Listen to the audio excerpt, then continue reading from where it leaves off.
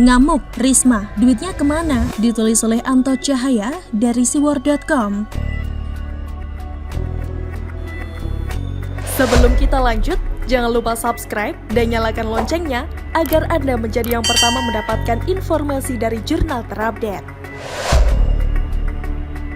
Menteri Sosial Tri Risma hari ini selama ini dikenal tegas, dan ketegasannya itu acap diekspresikan dengan marah-marah alias ngamuk jika melihat hal yang tidak sesuai dengan prosedur. Di masa pandemi ini, pemerintah pusat melahirkan banyak program untuk membantu masyarakat. Maksud dan tujuan pemerintah tentu baik, salah satunya sebagai upaya stimulan agar ekonomi, tapi sayangnya eksekusi di Pemda buruk. Mengingat temuan-temuan yang diungkapkan oleh Menteri Dalam Negeri Tito Karnavian dan juga Menteri Keuangan Sri Mulyani.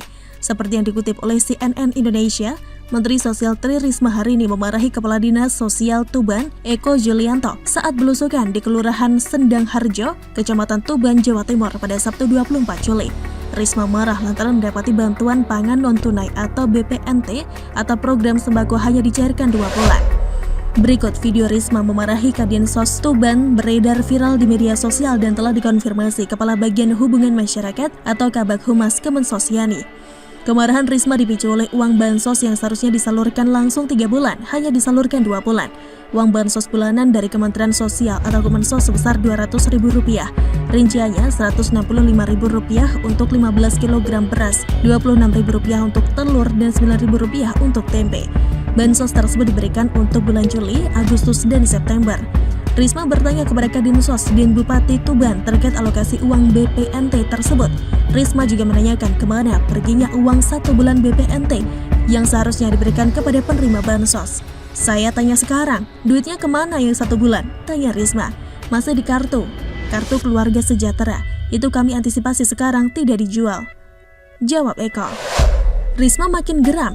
Ia menyebut tidak terima dengan praktik penyaluran bansos di lapangan seperti di Tuban. Sebab ia mengklaim telah mengupayakan agar bansos dapat diberikan kepada warga yang membutuhkan. Risma juga mempertanyakan metode penyaluran bansos di Tuban melalui bank-bank milik negara atau himbara. Dengan kata lain ada hitungan bunga juga di dalamnya. Bupatinya selesaikan dengan kepala dinas. Saya tidak terima loh Pak. Saya susah-susah loh Pak. Supaya mereka dapat oke. Sekarang aku tanya, bunganya siapa yang terima? Dia nggak terima kartu loh BPNT. Mereka nggak pegang kartu loh, beda sama PKH. Nggak bisa gitu loh, kasihan mereka, ujar Risma. Dalam kesempatan itu Risma juga memberikan peringatan kepada Kadinsos dan Bupati Tuban terkait pemotongan anggaran. Menurutnya, pemotongan anggaran untuk daerah Tuban berpotensi dilakukan jika Menteri Keuangan Sri Mulyani mengetahui kejadian tersebut. Contoh temuan Kemensos terkait bantuan sosial di Tuban ini barangkali dapat menjadi warning buat daerah yang lainnya. Kepala daerah dan dinas terkait harus mau bekerja lebih keras dari biasanya, sebab masyarakat sangat membutuhkan bantuan-bantuan yang sifatnya instan, perlunya untuk bertahan hidup sementara waktu seraya kondisi stabil kembali. Sekecil apapun bantuan sosial dari Kemensos sangatlah berarti di kondisi seperti ini. Carut-marut bantuan ketika sudah di Pemda, sudah seharusnya menjadi perhatian para gubernur. Seharusnya dengan era digital seperti ini memudahkan kontrol, tapi mengapa kesannya masih amburadul? Ini sebetulnya salah para bupati, dinas terkait atau para staf ASN yang malas. Sungguh keterlaluan jika harus korupsi bansos era menteri sebelumnya, Julian Batubara, dan jajarannya bukan sebagai pelajaran agar tidak coba-coba bermain api malas baliknya menduplikasi. Alangkah baiknya pemerintah daerah selalu mengupdate data melalui website Pemda untuk mengetahui pergerakan bantuan sudah sejauh mana, sehingga masyarakat umum ikut memantau dan mengawasi. Mau sampai kapan sistem yang semestinya dapat dibuat simpel di era digital malah terkesan bulat? Dari waktu ke waktu masyarakat disuguhi pemandangan amburadulnya soal bantuan sosial rakyat. Belum lagi protes bantuan sosial yang diberikan tidak tepat sasaran. Banyak kasus, orang atau keluarga yang mampu mendapatkan bantuan sedang yang semestinya berhak dapat justru diabaikan. Dan yang menggelikan, bantuan malah banyak hampir di keluarga perangkat desanya sendiri. Kasus-kasus seperti di atas sudah menjadi rahasia umum di tengah masyarakat. Lantas siapa yang dapat mencegahnya? Sedang pihak-pihak yang terkait langsung malah sibuk melihat celah untuk keuntungan diri sendiri. Ah, sudahlah. Demikian salam. Skakmat, Said Didu tanya karya pemerintah, dibalas jawaban pecat dirinya, ditulis oleh Syardi dari siwar.com. Sebelum kita lanjut, jangan lupa subscribe dan nyalakan loncengnya agar Anda menjadi yang pertama mendapatkan informasi dari jurnal terupdate. Mantan Wakil Sekretaris Menteri BUMN Muhammad Said Didu mempertanyakan karya pemerintah sekarang yang layak dipuji. Dia mengaku bahwa ada yang memintanya agar sesekali memuji keberhasilan pemerintah sekarang. Kira-kira siapa ya orangnya? Itu tidak penting, yang penting adalah serangan balik telak kepada Said Didu. Tapi Said Didu mengatakan dirinya diminta agar sekali-kali memuji pemerintah. Untuk memenuhi permintaan tersebut, Said Didu meminta apa karya yang harus ia puji.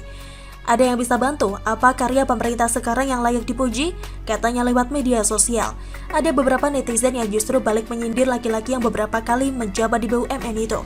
Para netizen itu menyindir bahwa salah satu karya pemerintah saat ini yaitu memecat Said Didu dari jabatannya di perusahaan BUMN. Senada dengan itu, ada pula yang mengatakan bahwa pemerintah saat ini patut dipuji karena tak menempatkan Said Didu dalam kabinet. Saya bantu karya pemerintah yang banyak dipuji dan sebagai langkah yang tepat adalah memecat kamu, kata salah satu netizen. Salah satu karya terbaiknya adalah mengeluarkan Anda dari jabatan Anda dan membiarkan Anda menjadi seperti sekarang, kata yang lain.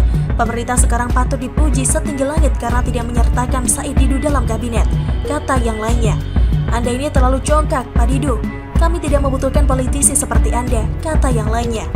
Telak dan skakmat, kalau bisa nih, sekalian siapa yang mau kumpulkan jawaban seperti ini lalu dijadikan sebuah kompilasi komplit dan diserahkan ke Said Didu biar dia makin emosi dan meledak amarahnya. Hehehe. Seperti halnya Rizal Ramli dan Refli Harun, Said Didu ini adalah mantan orang yang didepak dari jabatannya sebelum waktunya. Makanya jangan heran banyak yang bilang dia ini sakit hati. Buktinya sudah banyak, yaitu nyinyir terus kepada pemerintah. Pada tahun 2012 silam, Menteri BUMN era SBY saat itu, yaitu Dahlan Iskan, diam-diam Menteri memecat Direktur Utama dan Komisaris Utama PT Merpati Nusantara Airlines. Direktur Utama Merpati saat itu, Sarjono Joni Citrokusumo, sedangkan Said Didu adalah Komisaris Utama. Alasannya adalah karena kinerja Merpati yang tidak kunjung membaik. 6 tahun kemudian, yaitu tahun 2018, Said Didu kembali dicopot dari jabatannya sebagai Komisaris PT Bukit Asam Tbk.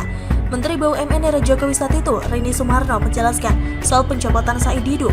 Menurutnya, tindakan Said Didu kerap tidak mewakili sikap pemegang saham. Jadi banyak dalam bicara dalam langkah Pak Said Didu nggak mewakili pemegang saham, kata Rini.